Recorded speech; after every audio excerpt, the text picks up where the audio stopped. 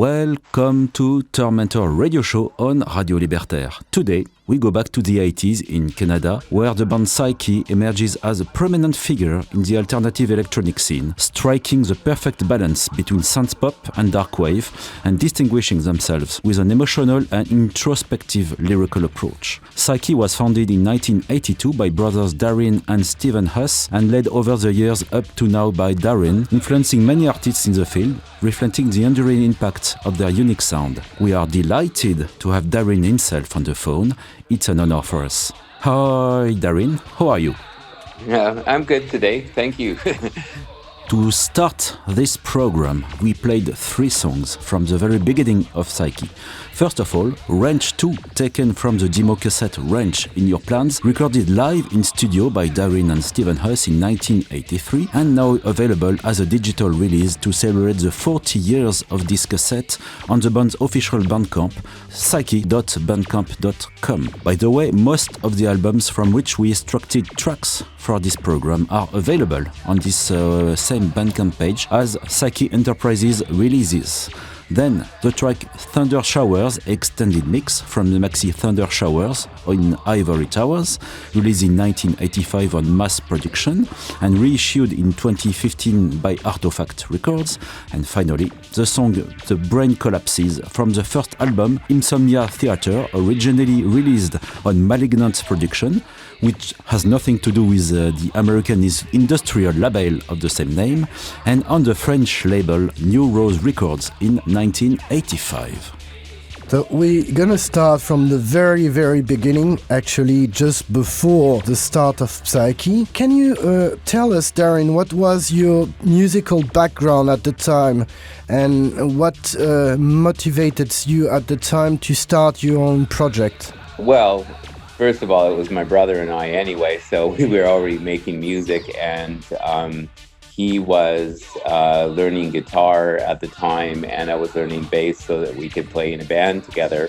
But we tried some drummers and never found anyone, and when we heard our first synthesizer, my brother decided that was the way to go, because we were so excited about the sounds that we decided we didn't need a band anymore, so we got rid of the guitars and didn't need a drummer. So that was the beginning for Psyche, and we were inspired at that time would be things like Gary Newman, Cabaret Voltaire, Fad Gadget, and also guitar bands like The Cure and Bauhaus and Killing Joke, which we decided to take the name from the B-side of their War Dance single, because I liked that the word psyche means the intelligence, the mind, and the soul, and I wanted to do something with my music that covers this whole, sphere of what it means to be human, I guess, and more philosophical side of the music.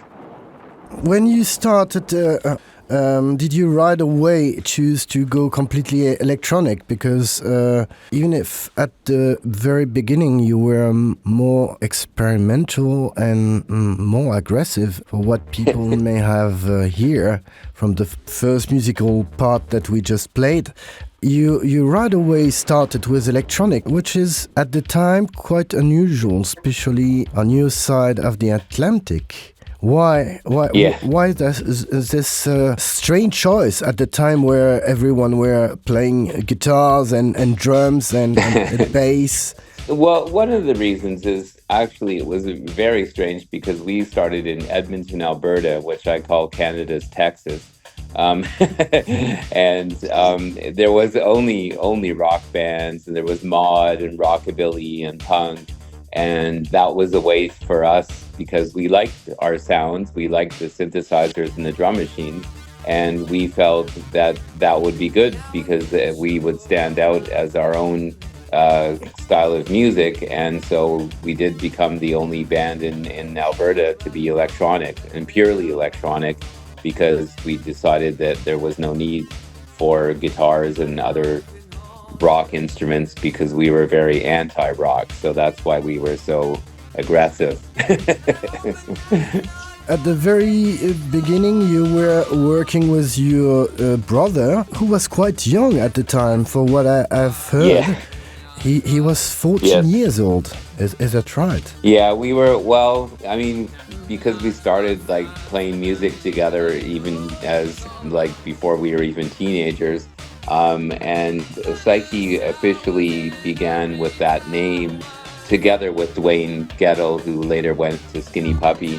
So we were then at that time, I was 17, my brother was 15. And I think Dwayne was the oldest. He was 1 year older than me, so he was 18. And my brother met Dwayne at a keyboard shop, and I knew him from my high school.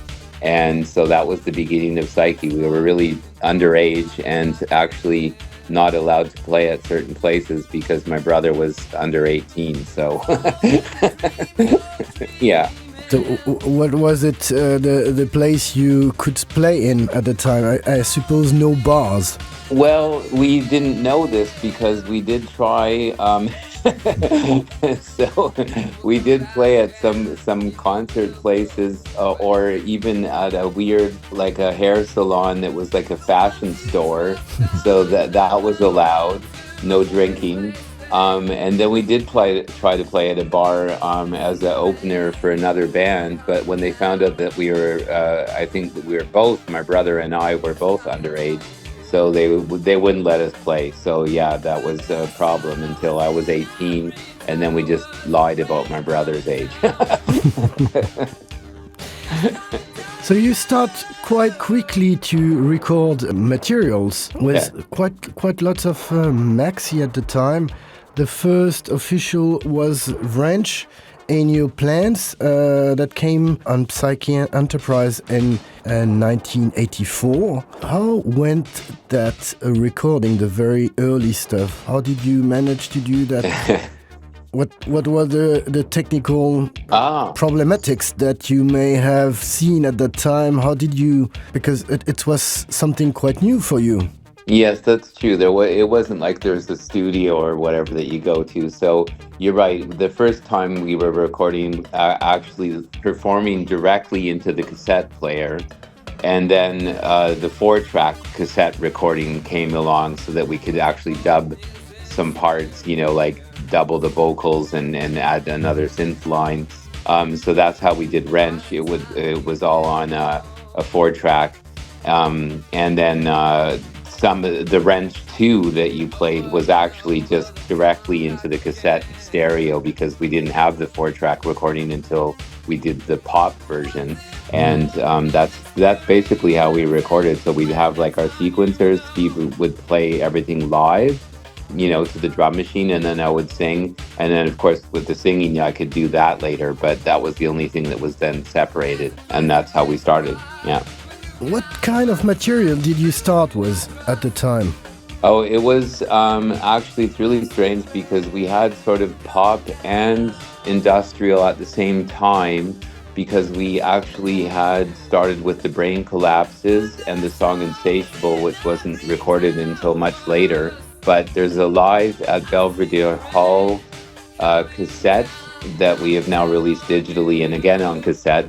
That's from 1983, and that one actually has 3 of the later Psyche songs. The Brain Collapses is on there, Insatiable is on there, Mind Over Matter is on that, and so that's all exactly 40 years ago those songs were created, and that's basically what became Psyche then, from then on.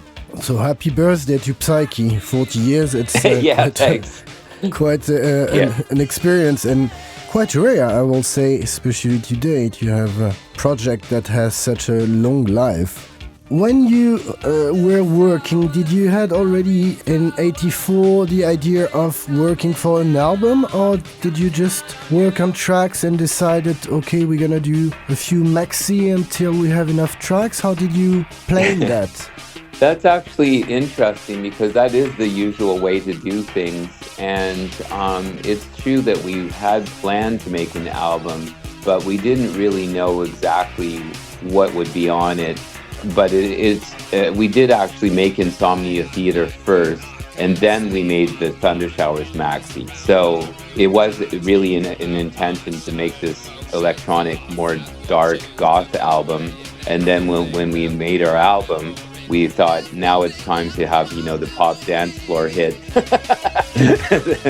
So because that was when New Order and everything was like in the charts, all that stuff with the Lit Drum Machine, Human League, and so we were like, oh, okay, well maybe we're too goth. We should, we got to streamline the sound to have a nice dance club hit with all the other heroes of our time.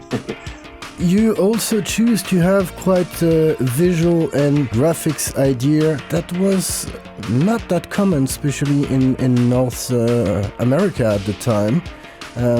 We must also say that Psyche started before big bands like Skinny Puppy or all those later that came a bit later. I think at the time the team from Skinny Puppy were in Image en Vogue at the time. Yes. So you were probably one of the very first Canadian band in that type of sound. How did the public react to that at the time? Well, they didn't like us in Edmonton, but we went with my family, with my parents, to England in 1983, and I guess our dream at the time was, like most people, to get on Mute Records, and then hang out with like Cabaret Voltaire and Soft Cell and that kind of scene, Fat Gadget, that was our big heroes. And so we thought we would be just on our way to England, and then, we would never go back to Canada, because the people in Edmonton did not like this kind of music that much. I mean, there was some people, but, it was either you were top 40 or you were rock, and anything else was not really. It took quite a long time for North America to get into electronic music, comparing to what was happening in Europe at the same time. So your influences were mostly European and British, and that's might be also the reason why you decided to send your first demos to labels in Europe. You were known in France in the middle of the 80s by being signed by one of what is now became a cult label, Neuros Record, that has also had at the time a quite interesting shop. I used to spend many hours there when I was smaller. And on that label were quite lots of bands that became later on not only known in France, but also all over Europe, like Numb and different other bands like And Also the Trees, or that type of Data Bank A. Lots of electronic bands. A choice that was also quite strange for a French label, which was not signing a European electronic band, but going to America to sign those bands and to bring something a bit different, even if there were at the time common influences. How did that happen at the time? How did you met, or did you came in contact with Neuros, and how did you made the deal with them at the time? Okay, this is the best part of the story. We first we did try Mute Records. I'm not kidding. We actually tried to send a demo to Mute, and I don't think we even heard from them. And then we sent it to Neuros, but I have to tell you, Neuros was because of Damon Edge of Chrome, and because they had signed the Cramps, and we were more into that kind of thing, and we loved the idea that Neuros was more famous as a kind of a alternative rock label, and then when they called us, we were actually the first really electronic band. The only other thing they had was Charles de Gaulle. And Numb and Databank A, that came after, because then they were interested in getting some Canadian electronic groups and US groups. But Psyche was the first release, and we were lucky because our first album was a big success. It was our dream. When Patrick Mattei called me on the phone and said, "We want to sign you," that was like, the highlight of my teenage years. I couldn't believe it. I was like, oh my God, we're getting signed, and it's New Rose, and they have Chrome, and so, that was it, and that's how it happened. So it's actually, I would say, it was a happy accident for both sides, because they started our career, and they started a different part of their sound and their image as well with us. Mm-hmm. So we are going to develop that, but first we have to take a musical break, and we are continuing our overview of the early releases of Psyche with Screaming Machine from the maxi Unveiling the Secret. Screaming Machine, published exclusively on New Rose in 1986. Then Unveiling the Secret, one of the best-known songs from Psyche, taken from the second album Unveiling the Secret, released on New Rose in 1986 and recently reissued as a remastered version by Artifact Records in 2016. The last song is Why Should I from the 12-inch Contorting the Image, also released by New Rose that same year, 1986.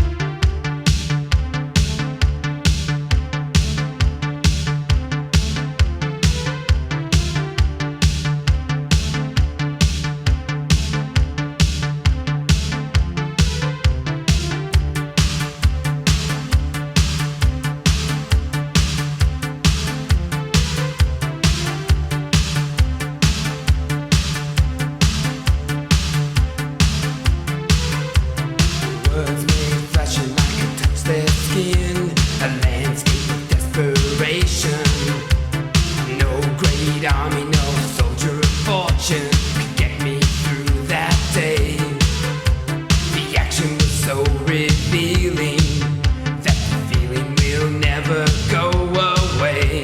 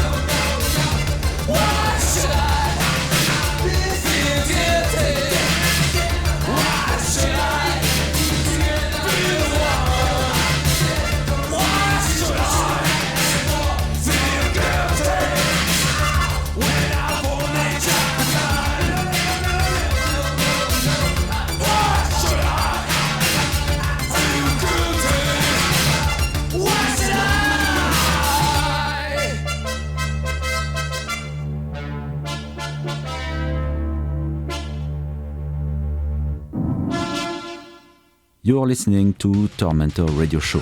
We continue our interview with Darrin Huss from Psyche.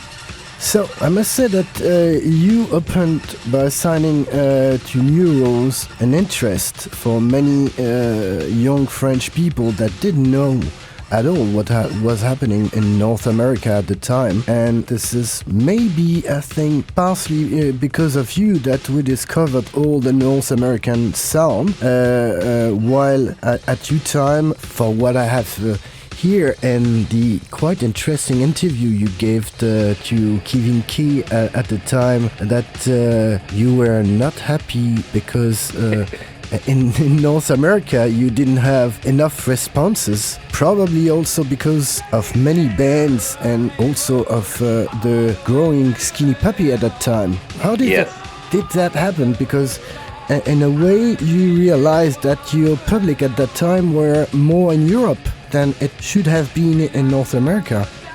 Well, it's a little bit of, we were kind of proud to be Canadian. At the same time, we really wanted to leave. And so, to be honest, we did get what we wanted by going to Europe very early. But we were a little bit, unhappy with the fact that we couldn't actually get bigger in our own country at the time. And what happened was we had actually met Network Records. We were friends with some of the people from the band Mo, or Moev, however it's said, and they were interested in Psyche, and they told us that. But then they also told us about Skinny Puppy, which had just formed out of some of the members from Images and Vogue, and they were. It's a bigger label, even though it was independent at the time, and they were very a little bit more pushy about the freedoms of what you would be choosing to do. And that we would have to move to Vancouver, and there was a lot of, we were just kids, so we were like, I don't know if we wanted to be told what to do, how to sell our music at the time. We were a little bit too punk for that. So we decided, actually, even though we were quite young, we thought, well, we'll go to Europe because New Rose signed us. And that's why we never looked back on the North American market, to be honest, for a very long time. We just were happy to be in Europe, so that's what happened. I'm sorry, Darrin. So I've got a small question about your sound, and relatively speaking, Psyche was softer than Skinny Puppy, and Skinny Puppy was really darker than Psyche, and maybe more appealing to a heavy metal and metal audience that was prominent in North America at the time, and it took time. Yeah. For example, for bands like Depeche Mode to reach an American audience, we are in now 1985, 1986. It will take maybe 1 or 2 years for that type of music to reach Americas. And Psyche, I say again, relatively speaking, because your first LP had a really raw and punk energy, I guess, and was not really refined for Top of the Pops, let's say. But no. it's logic. It's a real logic that you had more reach in England and Germany, for example. Yes, do you agree with sure. what I said? Yes, no, it's true. The heavy metal aspect, actually, I never thought of that until much later, because there's a lot of heavy metal fans that now like some of the stuff like the future pop bands or some of the more aggressive industrial things. And I think that's sad, because that's not why we even make electronic music. We're not trying to appeal to rock fans anyway. But I do understand, and I find that to be quite true, because we were more interested in, I think, the dance side, like when New Orders started to get more commercial. So that was more our world, was like somewhere between the dark but a little bit more danceable. And speaking of that, I guess that your second album provided maybe some more danceable and listenable material for a mainstream audience, but there's still some radicality in your music, because some titles are really fast-paced, and the beats and the bass lines are somewhat EBM-like. Do you agree with that? Yes. Yeah. It's a Swedish fan said that we make sinister synth-pop. Yes, compared to the Skinny Puppy, who called their, I'm sorry to go back to Skinny Puppy, because they called their music death disco. It's always funny to have it's really antinomic terms put together to define a music genre. Yeah, that's true, but it's a wide range because I mean our songs like The Saint Became a Lush are kind of like a very, very dark but still very groovy, you know, kind of thing. So it has all the elements of I mean our interest at the beginning, we were inspired by horror films. So that's all still in there. We're trying to make a soundtrack of our feelings, you know. Yes. So yeah. It's very blatant on that example, and on all the motto has the main melody on The Saint Became a Lush is really related to. I guess we can think of the music from The Exorcist or John Carpenter's that's an accident, Halloween. Though. It's not a plagiar. It's not plagiarized, sorry, but it makes us think of those genres of movies and music. Yeah, well, that's true because it's supposed to make you think of the horror films that are very atmospheric. And my brother loved John Carpenter soundtracks, so it's all in there. This is something that we could see in the early videos and live shows that can be found on internet, that you were quite gory at the time and visually. Yeah. So you had some tracks, and you also did music for an horror movie, but quite later on. But did you try at the early period of Psyche to send music for the film industry? Not really, because my brother wanted to make movies, and we just thought we would make our own movies and be the soundtrack to them. So when we didn't get any actual deals to do a soundtrack, we became the soundtrack for ourselves. But later on, some of your music were used in some horror film, and I think even some science fiction one as well. You did an album for the movie Stench, which is It's I would say a teenage horror movie film. How did that happen at the time?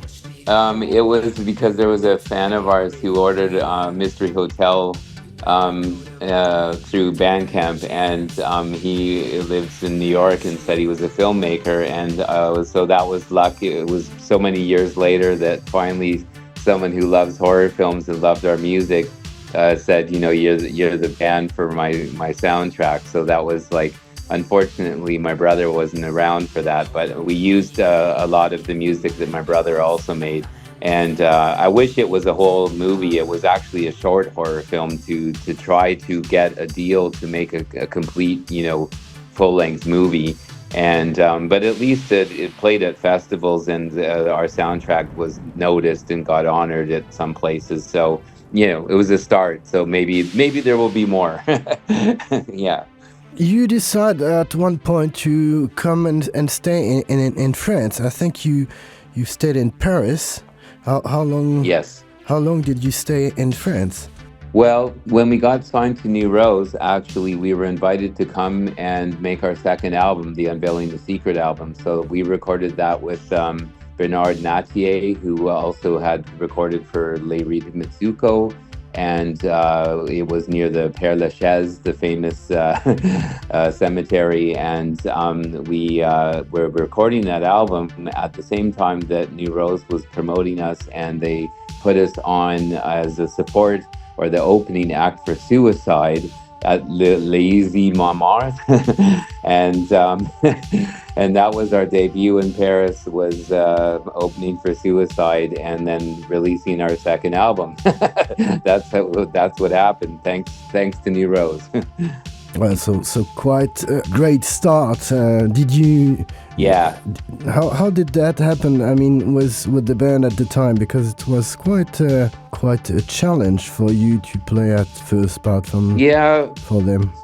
That's true. We had actually just begun the European thing, so we decided we would stay in Paris and live in Europe and see where it takes us. We were still 21 and 19 at the time, and we weren't sure how long or when we were how much success we might have. But New Rose was really gave us a big head start there, and then Unveiling the Secret was actually a fairly good cult hit. I think there was even a few radio plays in France at one time. So we were sort of feeling like we were on our way. And the Suicide deal was because they had made a deal to release Martin Rev, his solo instrumental music, and they had become friends with Suicide's manager. So they just said, Psyche's going to be your support. So how did that show went at the time? We are around 86, at the time. Yes, yeah. Well, it was 2,000 Suicide fans that never heard of Psyche. But we gave them our best impression by having some girl lying on the table, and we were doing all kinds of crazy Andy Warhol gore show B-movie stuff, and so I think most of the people never forgot it. We got a lot of I still have the newspaper articles in La Libération. There was a lot of articles. They were all writing about like how weird and crazy these Canadian kids were, but they liked it for the most part.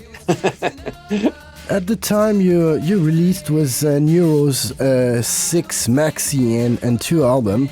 The second one, Mystery Hotel, came in 88, containing again some fabulous tracks like Eternal, for example, which is at the time I think a track that was played quite a lot in club, as well as Uncivilized. This is probably through this period where lots of new wave, what we could call the second wave of new wave came. And at the time, were you still living in Paris, or were you already trying to go to Germany? Oh, no, we actually recorded Mystery Hotel also at the same studio as Unveiling. But then we wanted to be more commercial, so we thought we were on our way to the radio and the charts, and so we actually brought the tapes to Brussels, and then we lived in Belgium while we recorded. We actually finished the album with Dan Laxman from Telex, and so he actually produced the final version of Mystery Hotel. And we were still, then we went back to Paris, and then we were staying there and doing some more shows. And it was a strange time though, because we thought we were getting more commercial, but we were still, we were too fast maybe with this kind of style of music, because people were still getting used to Unveiling the Secret. And to be honest, Eternal was not so well liked as it is now. At the time, it was really a hard sell, because we were still considered, the goth guys who do dark music. And so it was, we made a video and we were really trying, and Uncivilized did very well. But Eternal needed more time. Is that the reason why you released that maxi the same year was the club mix? That is probably the version that is the most known, because, as you just said, Eternal original version from the album was not that known at the time. But I think it's probably the maxi that helped a bit the people to rediscover the track at the time. I mean, it's a maxi that I still own myself, that I bought at the time at New Rose. This is probably one of the tracks I was playing quite much at the time. And it was quite... Well, thank you. quite fitting well in the all new wave types of sound from that period. Also, it was the same year that North America really start to go into Depeche Mode with their Live 101, I think, was recorded that same year. Yeah. So it was a way to get more recognized. Did that change a bit for you in North America at the time, or did it took more time? Well, we did manage to release that album in Canada on a Canadian label, so we were starting to get back to our own country. As far as America is concerned, they didn't even notice the second or third album, so it was really only Canada. And then Sweden, that's when we took off in Sweden, because they released it on the Sonnet Records. They licensed it to Sonnet Records from it's part of Mute, and so we sort of almost got on Mute at that point, I guess. But so the Swedish audience was then they really loved the Mystery Hotel album, and that was again, we really only cared about the European and like across the Atlantic wasn't all that important for us anymore. We tried. And it's time to play some music and discover more songs from Psyche with the track Uncivilized. We talked about that. It's the Uncivilized Storm release from the maxi Uncivilized, released in 1987 on Euros, and the German label Animalized, which was a division of SPV. Then the song Insatiable, taken from this third album Mystery Hotel, first released by Neuros and Animalized in 1986. A remastered version was released by Artifact Records in 2016. And finally, Eternal Club Mix from Eternal Insatiable, a maxi released by Neuros in 1988.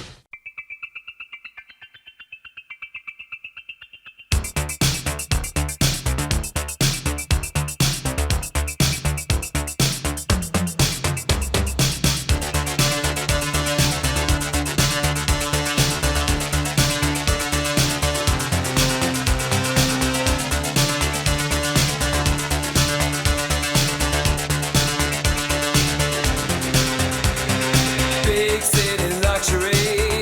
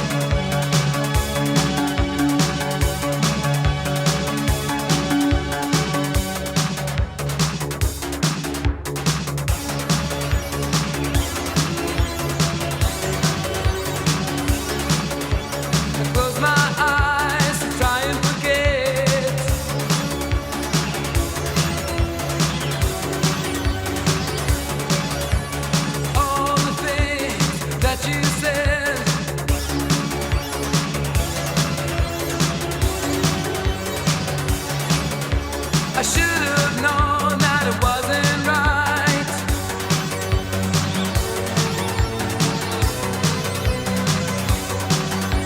to force the blame on you.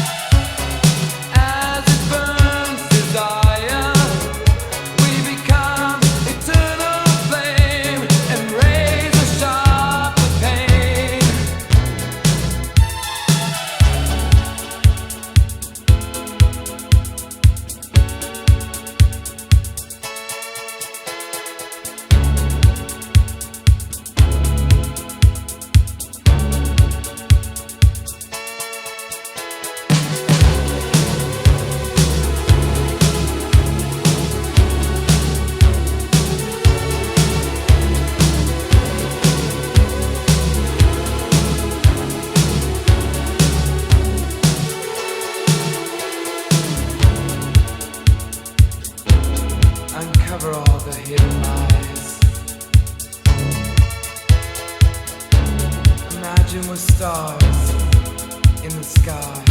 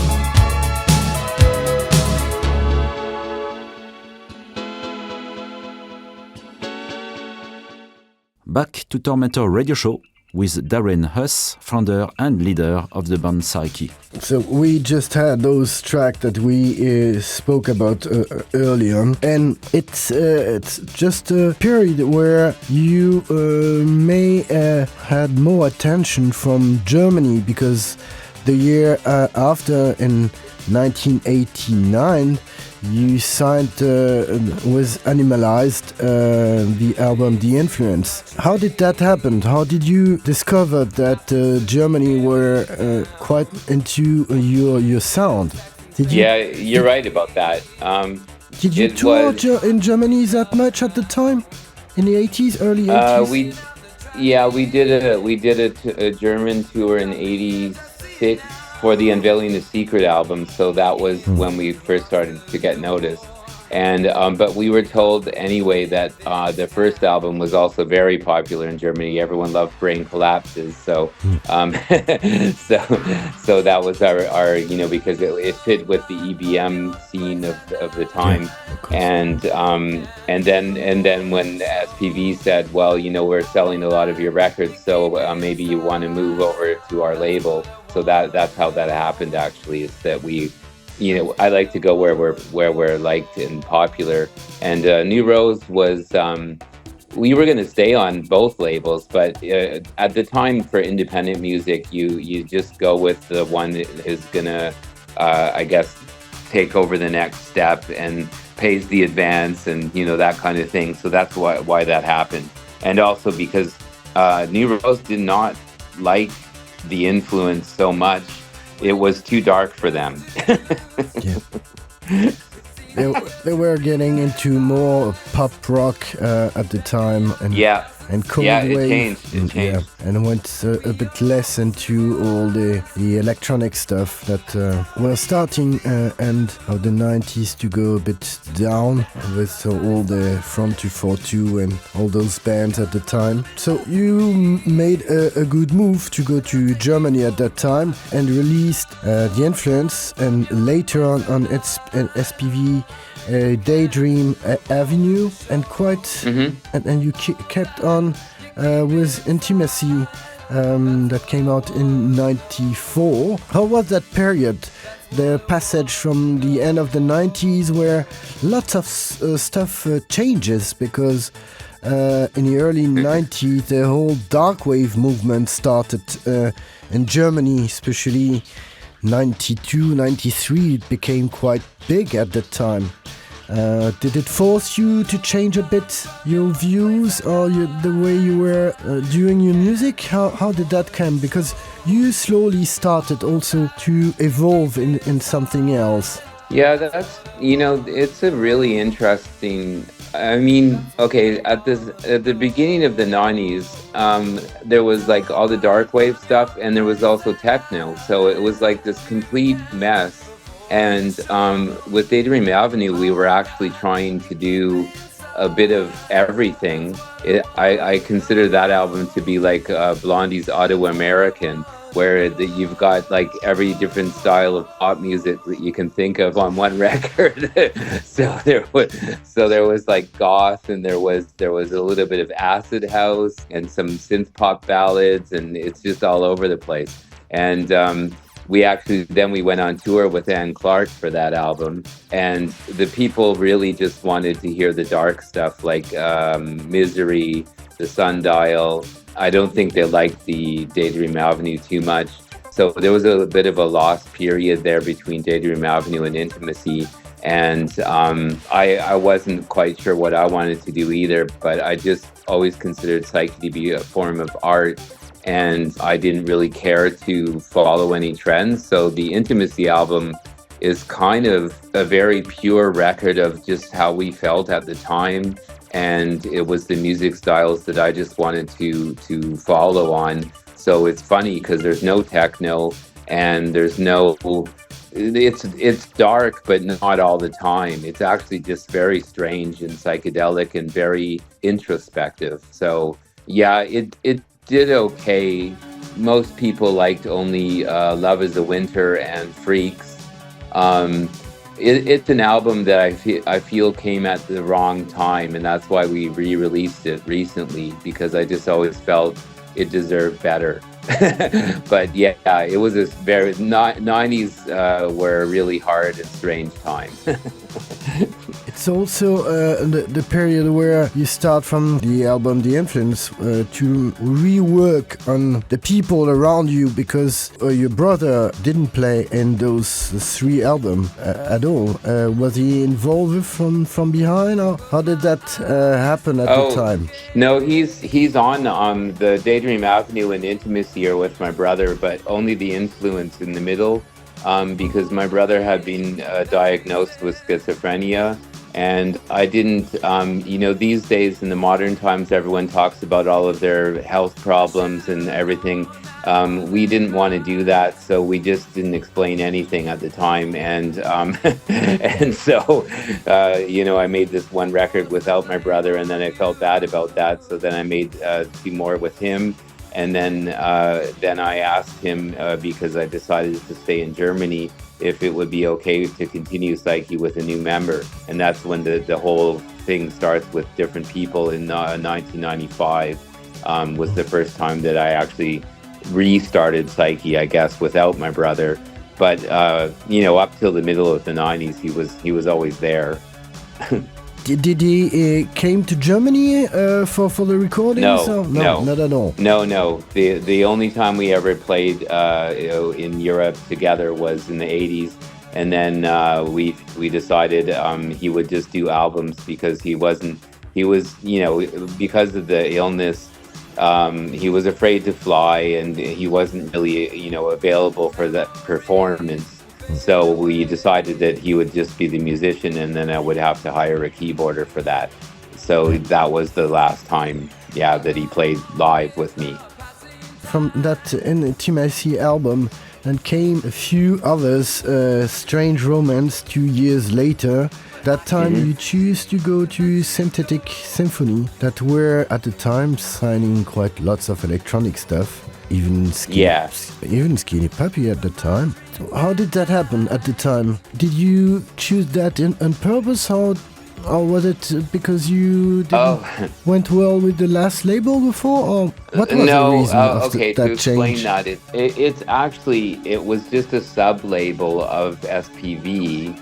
But it's like SPV decided that their main label is going to just be a rock label, and they were signing things like Motorhead and all that, and so then they needed a different name, for the electronic music. So we were still on SPV, but it was really just that they had this separate label underneath the SPV distribution. So that they could release only electronic music and have a pure, separate label. So it was that's all that happened, is that we just said, okay, we'll continue with the electronic part of the label, because that's better than being put out there with Motorhead and George Thorogood and all that. Yeah, of course.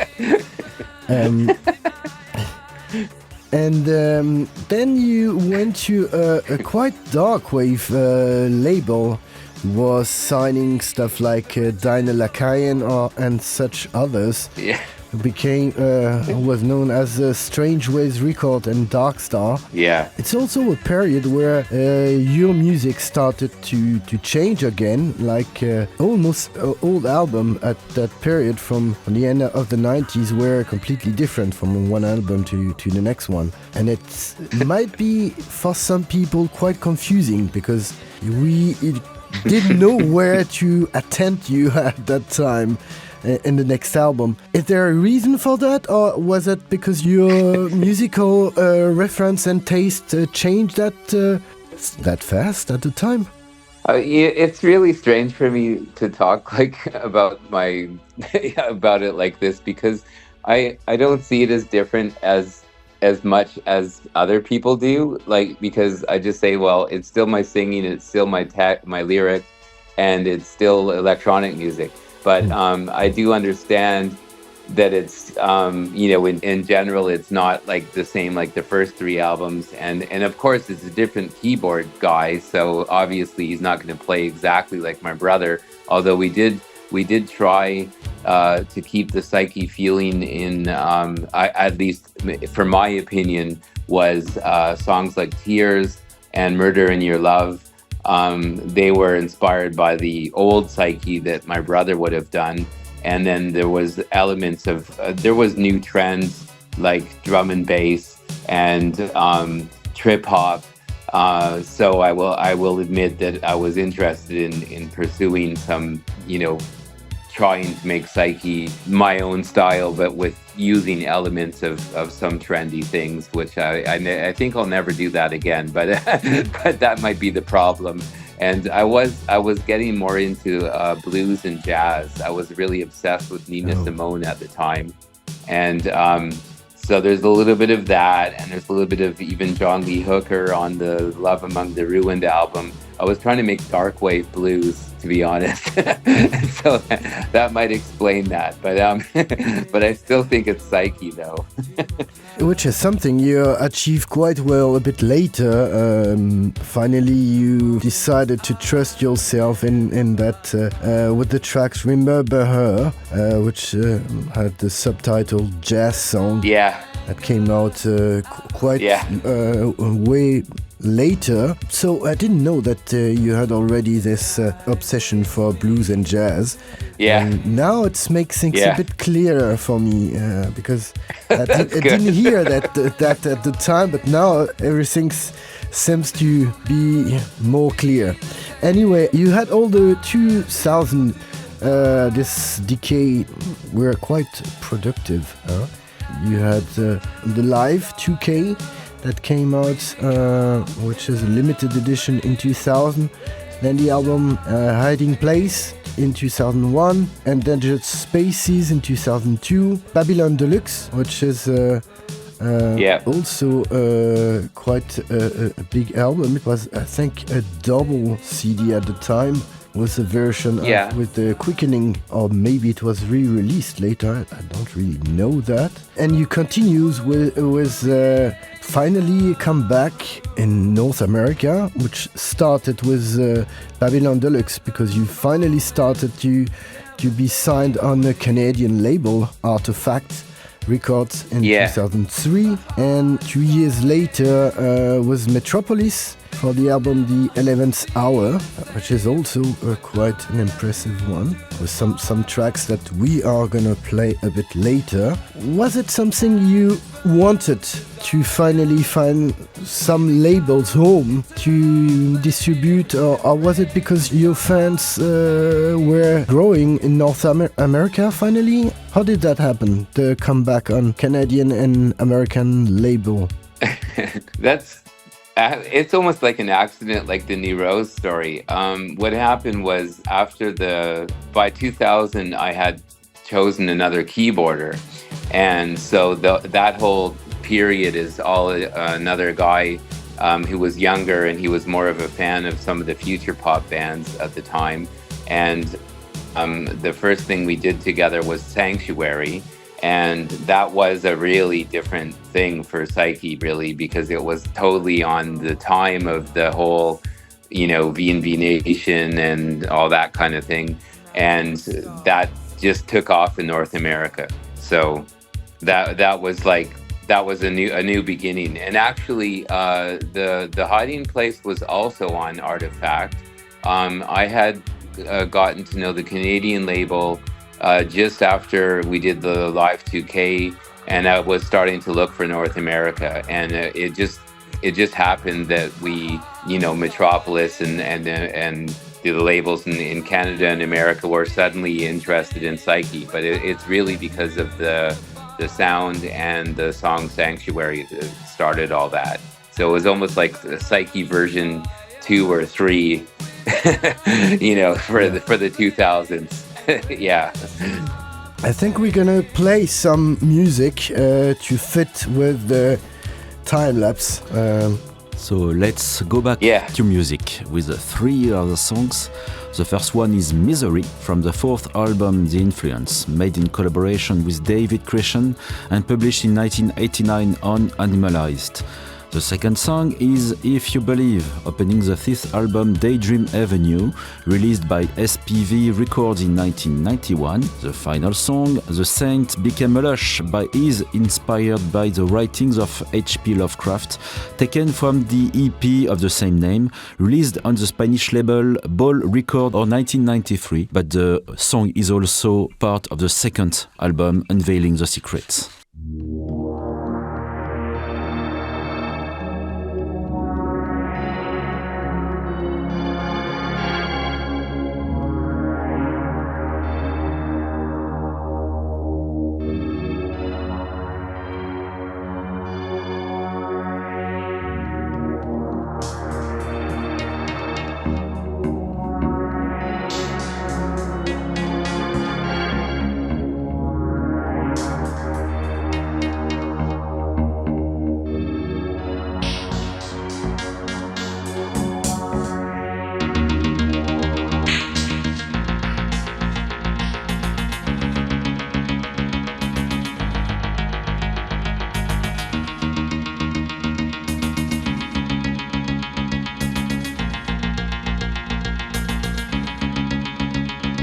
From asleep at night to when I wake, I see things that make me afraid. On the other side of the darkness, a body that doesn't quite feel like my own. I don't know what it really means to keep my dignity. I was blind, but now I see I'm trapped by misery. Cities I don't recognize, and people that I cannot place. I'm followed by an angry vision, a past I know I cannot erase. I don't know what it really means to keep my dignity. I was blind, but now I see I'm trapped by misery. Don't know where I'm going, 'cause I can't see the end of the road without the truth of the story. I'm afraid of what I've been told. I don't know what it really means to keep my dignity. I was blind, but now I see I'm trapped by misery.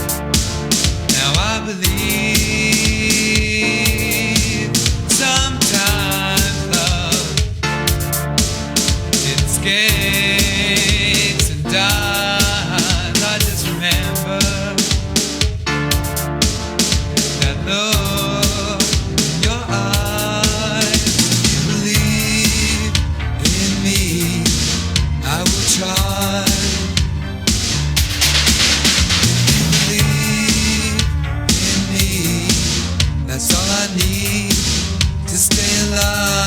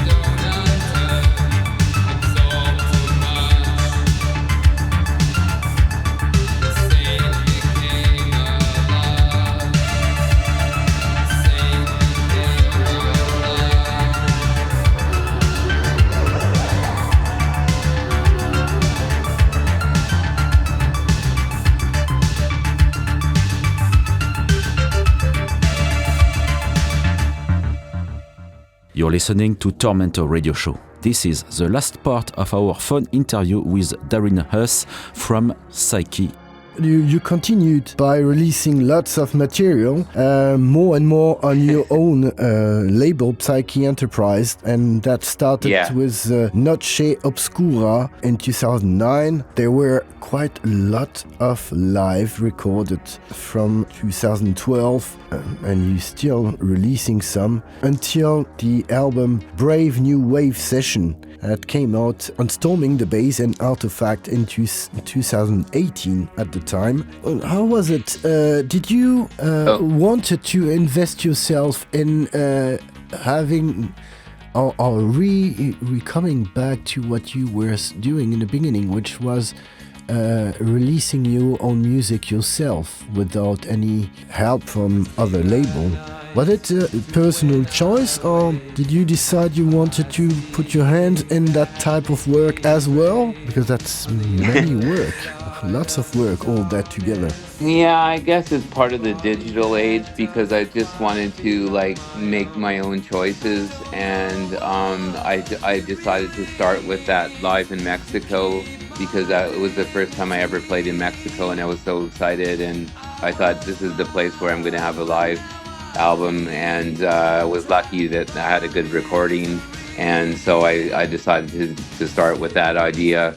I have still a relationship with Artifact Records, and it's not that I don't want to release on a label that I know, but I just, it was the right time to try things on my own. So after the 11th Hour, well, that was 2005, so we're going on almost 20 years since I made an actual album.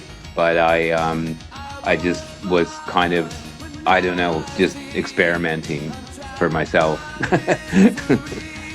Yeah, we had also the chance to discover two of your live shows. The one and came out in 2013 was the live at La Locomotive that became now Machine du Moulin Rouge. And this is a live from 2001, and a later one live at La Seine in 2012. You went also, as you just said, in South America. How was it how did you discover that you had fans there? That was partly because I know some other bands who played there before, like Das Ich, and I'm trying to think who else, but Clan of Zymox, and some other bands of our scene that I had already been to, and I had only done Mexico, and I had fans in Peru who had written me for the last 10 years or so. So I knew there were some people. Sometimes people would buy records and I'd send them over, and then I just decided to ask what kind of an audience we have, and there was a nice promoter who does the Tumbas Eternus Festival, and he said that he would like to arrange something for us. And there's people, thanks to YouTube and everything else, Spotify and all that, people can discover our music anywhere that they want, and I'm just happy that there's people who have followed us, not all of them from the 80s, probably more later on, around 2000. And then, of course, we have the phenomenon of Goodbye Horses, which is just about everywhere. And so that's what a lot of people know us as the Goodbye Horses band. So so that travels well. Did that help a lot that the tracks by Q Lazarus was played in Silence of the Lamb, or did it... because it's always complicated to make a cover version, and that had quite a lot of success, which is the case of your track, your cover version of Q Lazarus. How do you react to that? It's the strangest thing that ever happened in her whole career. So I would call it the accident number 3. That we just recorded it actually at least 3 years after the film, a fan of ours told us that it would be a cool song to cover. And we didn't really take it that seriously. So it was actually the B-side of a single. And it just took off all over Europe in every club. I don't know. I think that it was the song itself in the movie. The people loved it. And then they thought that it was our version that they were dancing to. And we decided not to correct anyone at the time. We just said, oh yeah, they said, how do you get it in the movie? And I was like, I don't know.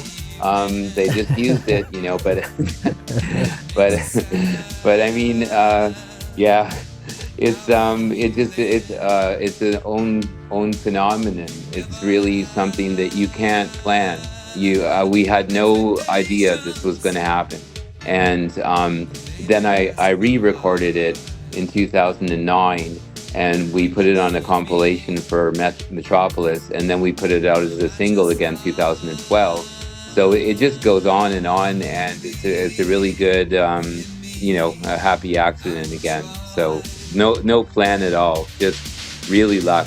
Can we say it is your Tainted Love? Tainted Love, yeah. It was also a cover song. Yeah, it's our underground Tainted Love. Of success to Soft Cell, but sometimes a great success like that hides the other songs that may be more interesting or better. And I don't know that Goodbye Horses was bad, because I liked it a lot. But I think that it is the same for Soft Cell. Their first album was very, very interesting, very experimental, and they got a huge success with a cover song. And nobody talks about anything else anymore. Yeah, you're right. It's a problem a little bit, but I see it as a compliment to our other stuff. I think it still sounds like Psyche, so it's okay, I don't mind. Yeah, of course, and your version is quite near the original one. But it's true that when I was speaking with some friends about that interviews, many of those said, oh yes, Goodbye Horses, and I was a bit angry against them, because no, man, there are so many other tracks. And as Benjamin just said, thank you, I know. I like the track, but I must say, personally, I prefer the first years of Psyche, because I loved your experimental part, even if I like also the new wave ones and synth-pop. But I was always surprised to see that for many people, the only track that comes to their mind is the cover version, and not one of your original tracks. And you have plenty that are interesting. It's a danger that you have to take on. I was told by some other, the manager of Division, I'll just mention, said never do a cover version. If it's more successful than your own material, then that's and he was right. I've done many cover versions, though. I even did Sex Dwarf from Soft Cell a long time ago. And at one time, our version of Sex Dwarf was also very popular at the time. And so I decided not to play it anymore. But Goodbye Horses is so important now that there's no way we can live without it. So you have to play that one live each time.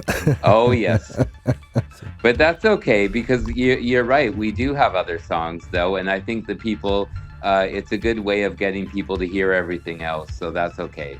Do you still perform your early track, the more experimental ones, and on stage, or do you focus more on your latest tracks lately? If you have to play live, what can people wait? No, I'm on an 80s revival right now, so we're only playing the first 4 albums, and then Goodbye Horses, and one or two new things, but I'm actually not even playing anything from the 90s or 2000 right now. So it's a really strange feeling, but I don't really mind. We don't do the really experimental. I'm not doing industrial, but I'm still playing Brain Collapses and Misery and The Saint Became a Lush and The Crawler. Because you are gonna play in February in France. For those who do not know, I think we can now tell everyone that you're gonna play in Cannes for the Industrial Festival. Yes. Even if it's not completely official, it's not published yet, but we can sell the news now. And I hope that you are gonna play more show in France and in Europe after this period. You have already some dates after the Cannes show in Europe. In Germany, but sadly not in France yet. But we're working on that one, right?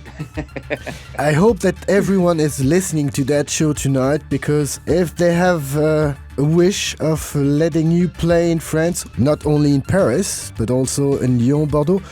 Where did you play in France in January? Was it most of the time in Paris? No, you tour, but you did some we other did cities. some touring. We played in Bordeaux, I think 2 or 3 times, and we did in the 80s. We did a small tour of like lots of places. We've been in Nancy. We played in Rouen, Rennes, and I'm trying to think where else. But of course, the main ones were Paris after some time.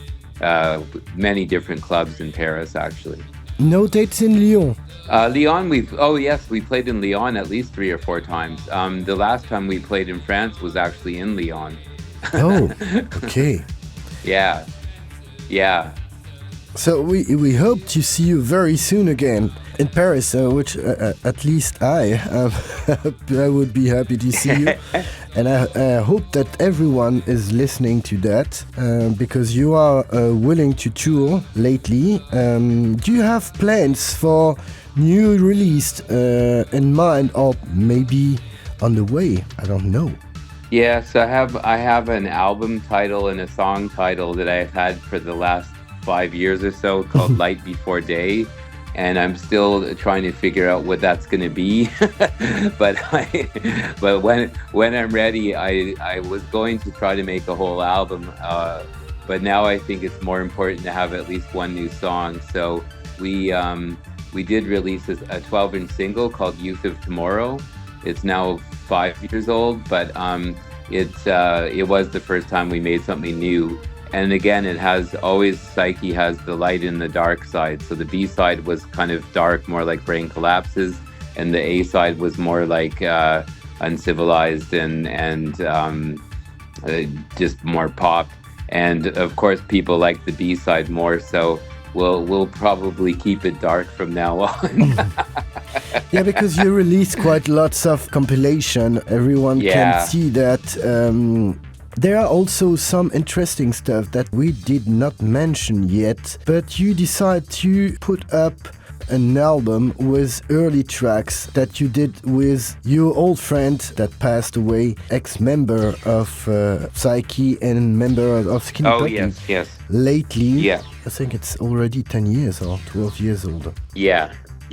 Was lots of early tracks. How did you manage to you saved all those tracks somewhere? How did you rework that? Because it's always kind of archaeology to dive into all those old tracks. How did you manage to do that? We kept everything that we recorded in Edmonton. That was a lot of 4-track recordings the same time that we did Wrench. Actually, Wrench was even after. Wrench came after, because those tracks are actually 1982 and 83.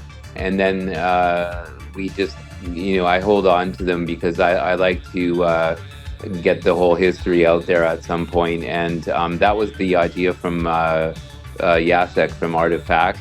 He said it's time to show the world what you did before, and I think I'm not sure if it was an anniversary of Dwayne's passing that we decided to put it out, but we just decided we'll just show people what we did before. It was I forgot, I think it was 2010. You're probably right. It's a long time ago. And then we made a vinyl version with the Dark Entries label. So it was just, I have all my archives. I will always hold on to all of the things that we've done. Yeah, it's 2010 on Artifact that it came out. We didn't ask any questions about your latest member because you are with Stephen right now. And you're only two now on stage, Stephen and you. It was always just two people. It was only three when we had Dwayne, but after that it was always two. That was it. We're just the classic duo, you know. So how did you both met, and how are you working together? Is Stephen involved with the creative part, or does he just do the live shows? How do you work together? It started with the live shows, but now we're writing the songs together. So the last 12-inch single with Youth of Tomorrow and Truth or Consequence was the two songs that we wrote together, and so that's the new Psyche right now. That will be I think the last Psyche, because I'm not changing around with the members anymore. And we play. He has rearranged almost all of the old Psyche songs, and so that's why we're doing like almost all 80s. It's been slightly re-recorded, but it's not like we changed everything into techno or some other style. It's all still 100% Psyche 80s style.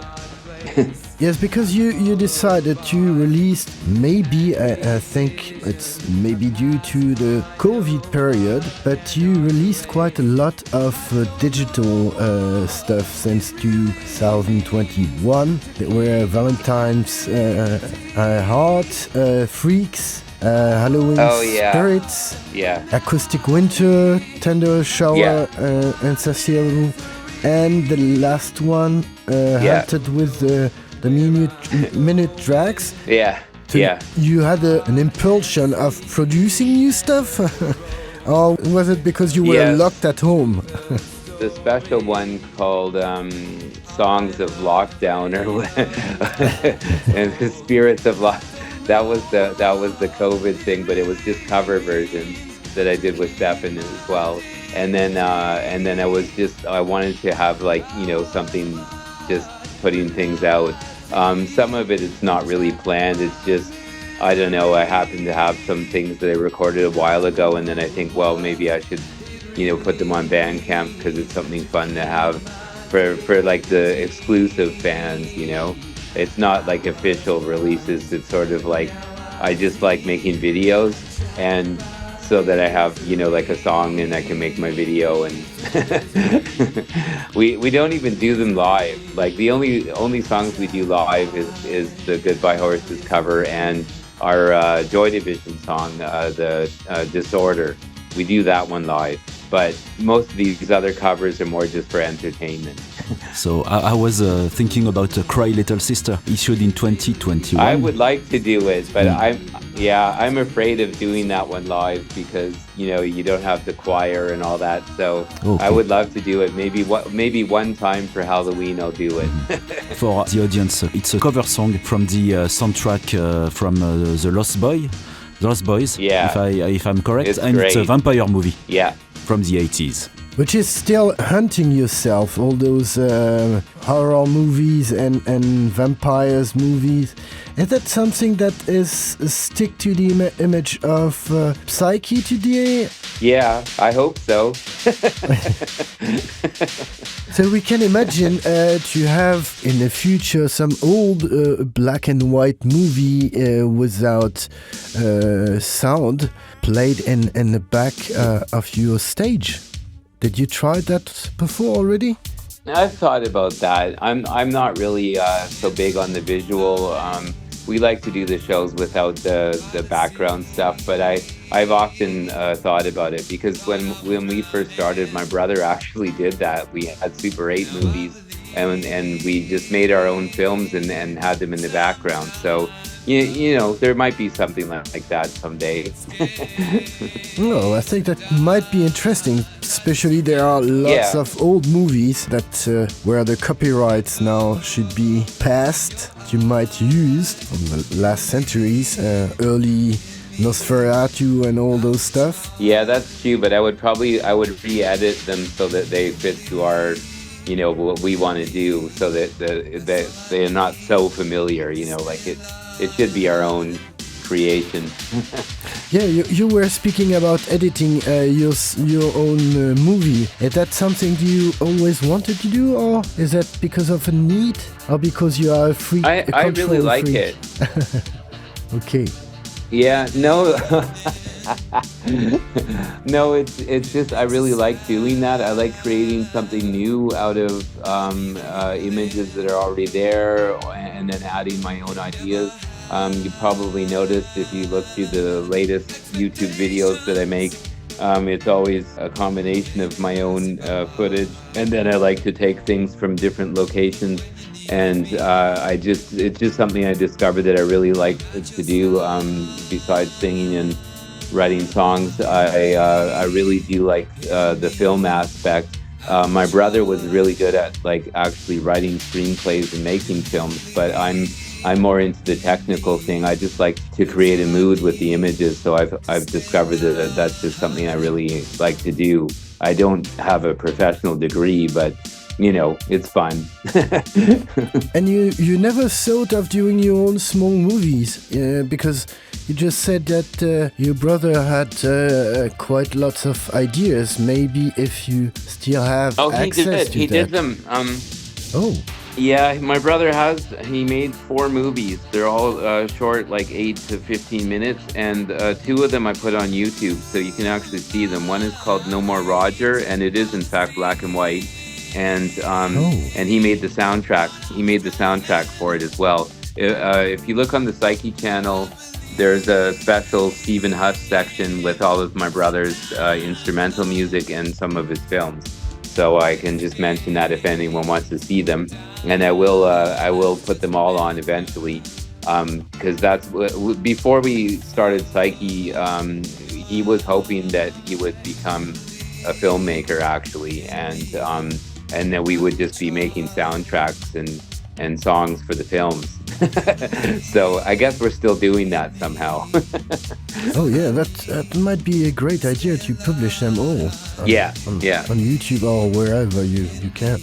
Well, they're all pretty strange. The black and white one you can see. It's okay. I think it's not restricted for 18 or what. It's not really bloody or anything. It's black and white.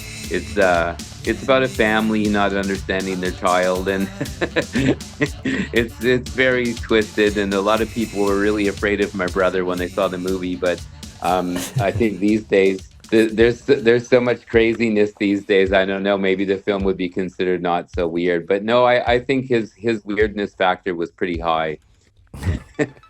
So, Darrin, it was very interesting to have you. We are very happy to have been able to talk to you that long, but it's now time to conclude our program, and we are going to play a selection from the whole discography of Psyche, which starts with the cover version of Goodbye Horses, of course, taken from the 7th album Strange Romance, published by Synthetic Symphony in 1996.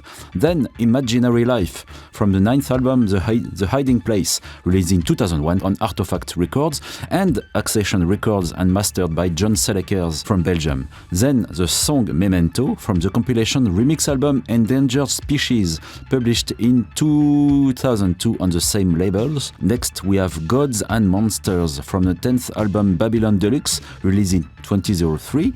Then 15 Minutes, taken from Psyche's 11th and final album for the time, The 11th Hour, released in 2005, followed by Remember Her Name, the jazz song, a track from Brave New Waves session, which features a live session recorded in studio at CBC Montreal Studios in 1988. And then we have the song Land of Broken Promises, from the 8th album Love Among the Ruins, published in 1998. Next, The Crawler, which is one of the old, previously unreleased songs from the time when Dwayne Goettel was part of the band. These tracks have now been released on the compilation Remembering Dwayne, issued in 2010 by Artifact Records. The design of this release was made by Michael Morton, aka Displacer, who visited us a long time ago. And finally, the last song is a cover from Love My Way of the Psychedelic Furs, from a 2-track digital release during the pandemic in 2021. one and available on the official Bandcamp page of Psyche. So thank you very much, Darrin, for that interview. I hope we didn't exhaust you too much. No, thank you very much. Your song choices were fantastic. So I'm really amazed by what you decided to present us with. So thank you very much for this. And I actually learned a few more things about my own sort of career. Thank you very much. We're still gonna have one track for the French introduction of the show that we always do, that we're gonna record now. So thank you again very much, okay. And I wish you a nice day. Thank you, Darrin. Thank you. Oh, thank you very Enjoy much. the Goodbye. listen. Bye. See you. Have a nice day. Bye. Bye.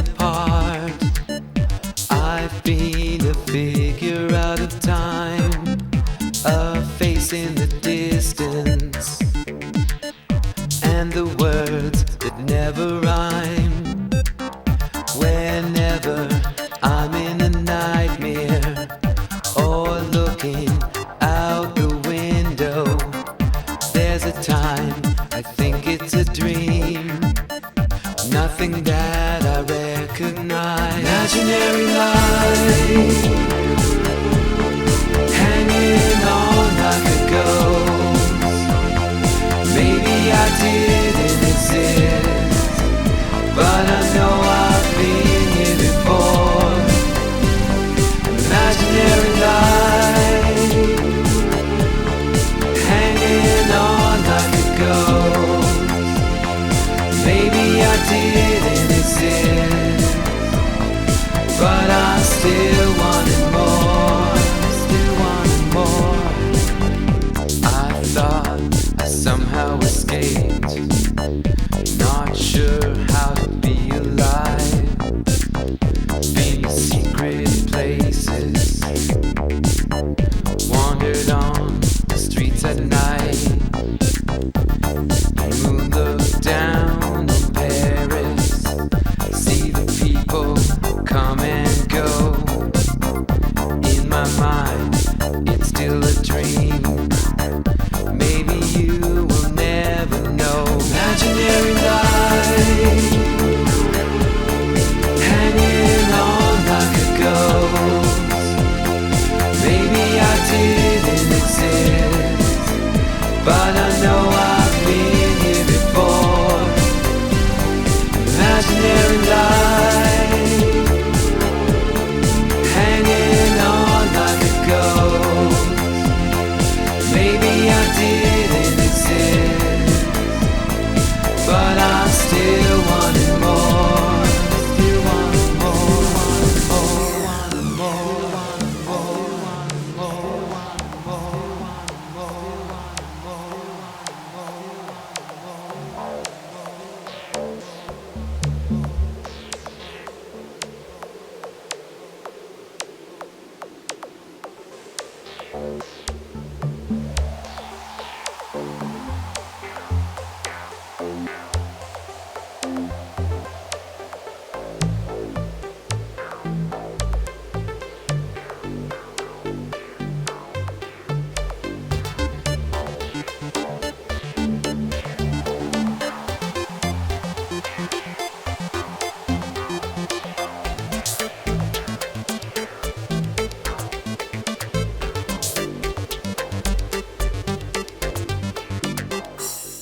imaginary light hanging on like a ghost. Maybe I didn't exist, but I know I've been here before, been here before. Imaginary light hanging on like a ghost. Maybe I didn't exist, but I still wanted more, still wanted more.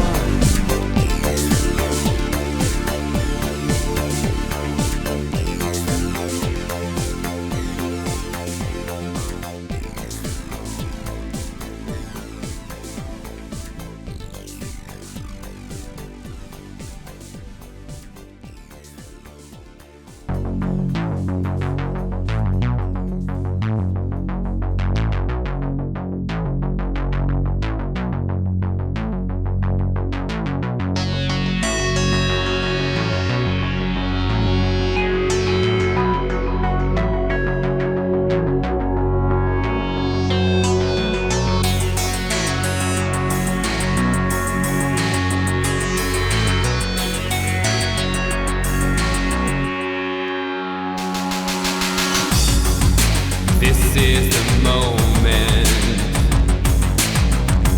and you're losing time. This is blindness, and you make it mine. I'm hallucinating, I'm holding my ground.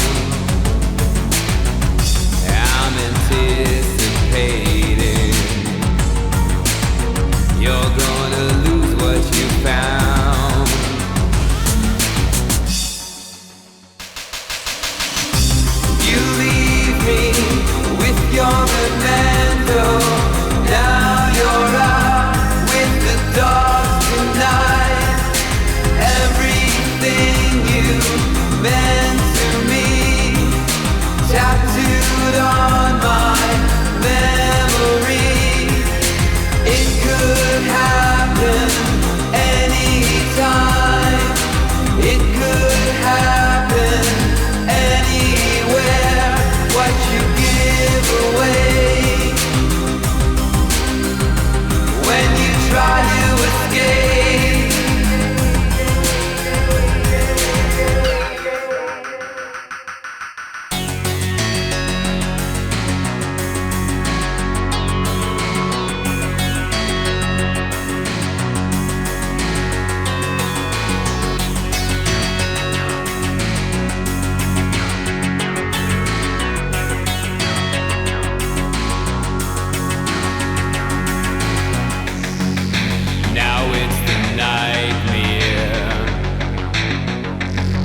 No place to hide.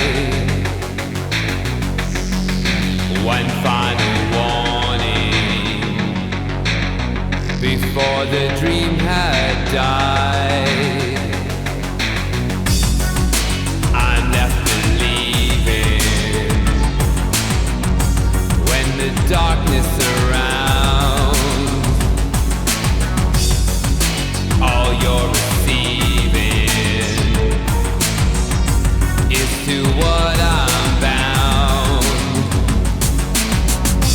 You leave me with your memento. Now you're out with the dark tonight. Everything you meant to me, tattooed on my memory. It could happen anytime. It could happen anywhere. What you give away when you try to escape.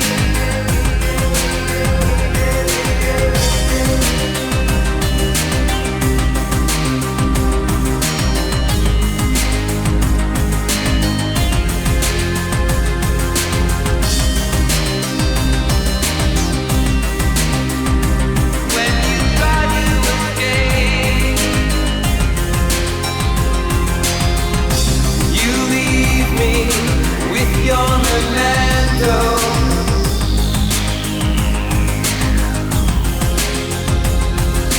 Now you're out with the dark tonight.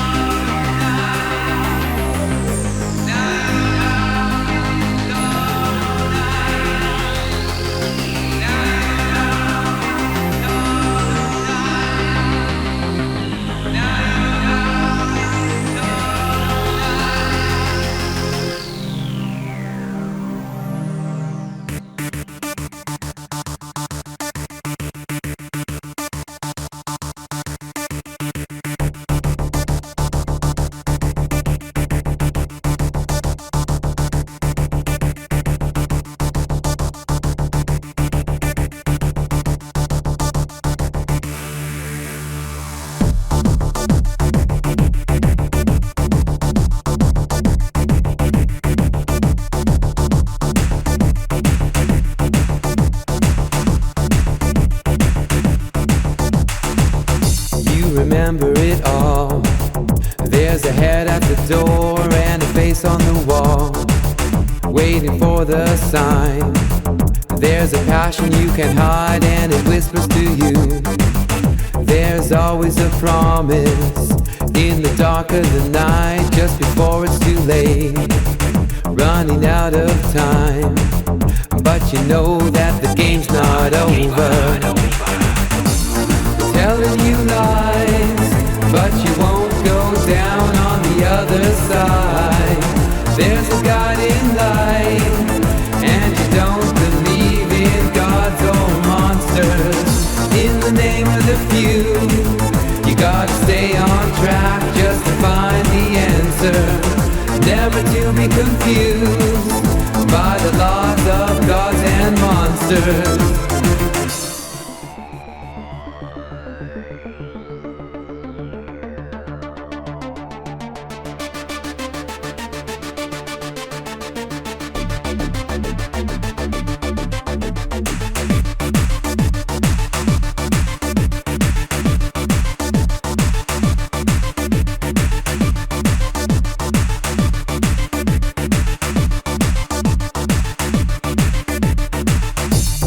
Contagious science, it's the emperor's new clothes and the human bias, for whatever it means. Now the lines are drawn and the numbers chosen. Whisper in the night, it's the cold dark chamber and you hear them sighing, running out of time, but you know that the game's not over. They're telling you lies, but you won't go down on the other side. There's a guiding light, and you don't believe in gods or monsters. In the name of the few, you gotta stay on track just to find the answer. Never to be confused by the laws of gods and monsters.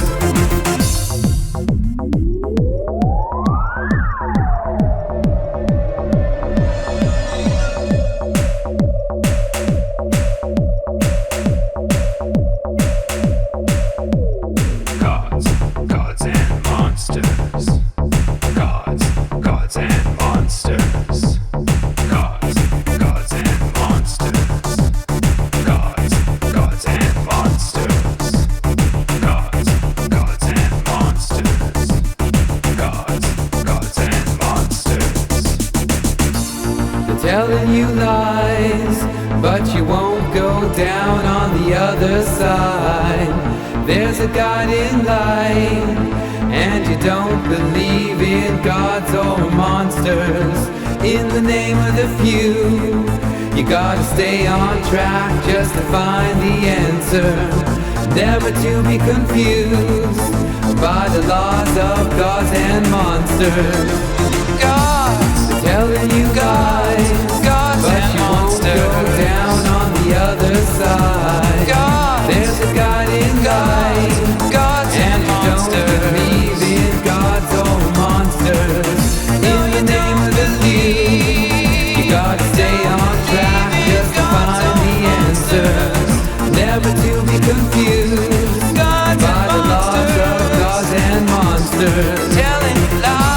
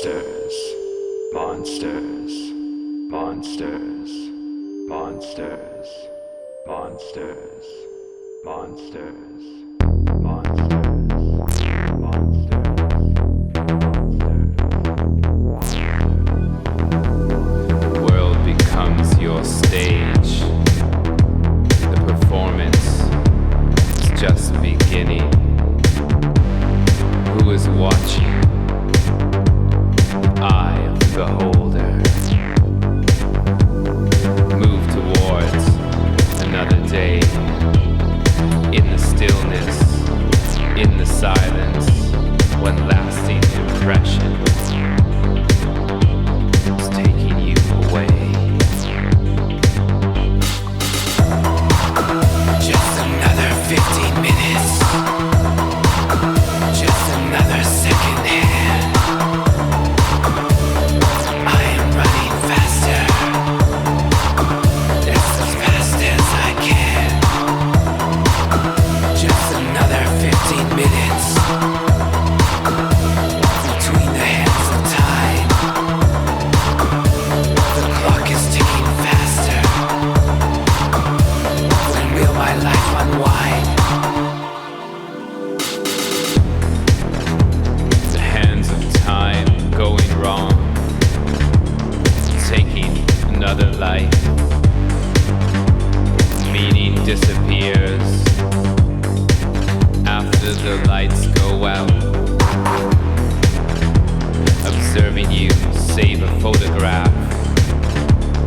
possession of what never can be. My own reality.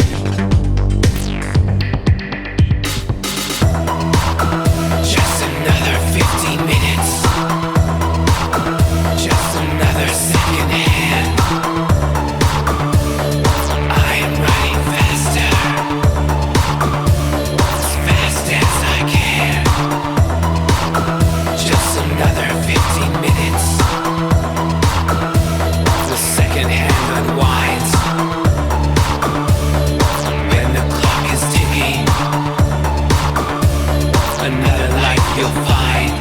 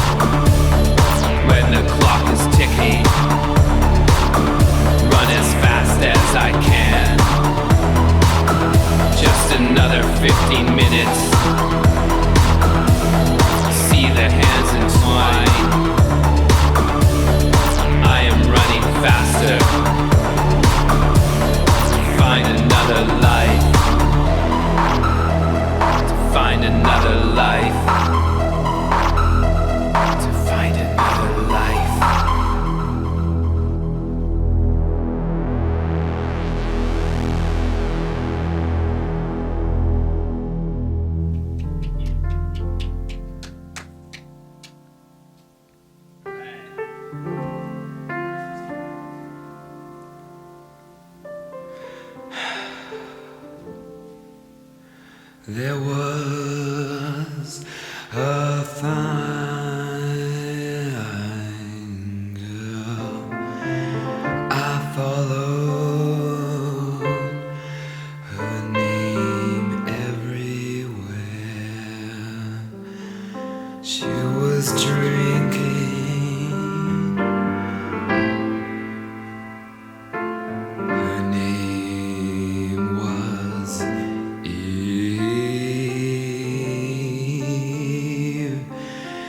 stars were out, it was late, and everywhere I tried to find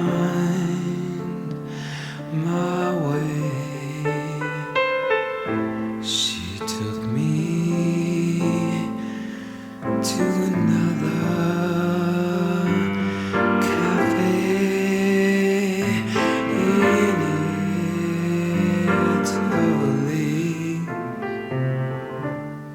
I was lost.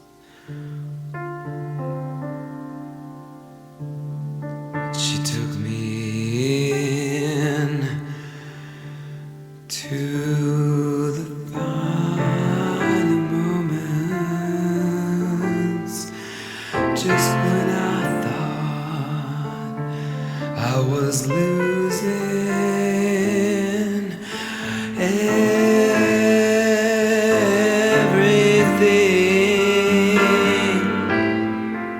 She showed me way and roads I never walked. Oh.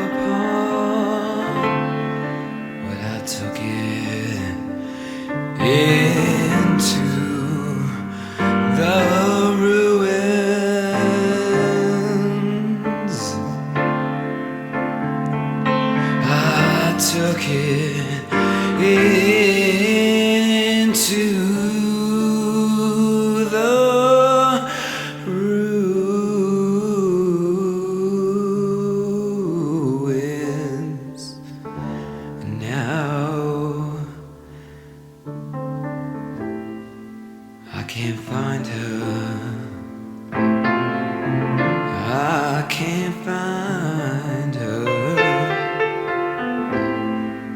and I don't even remember.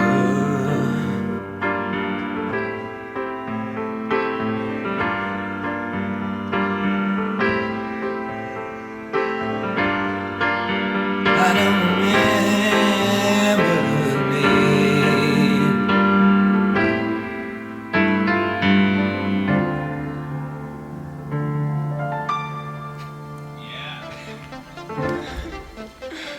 Yeah.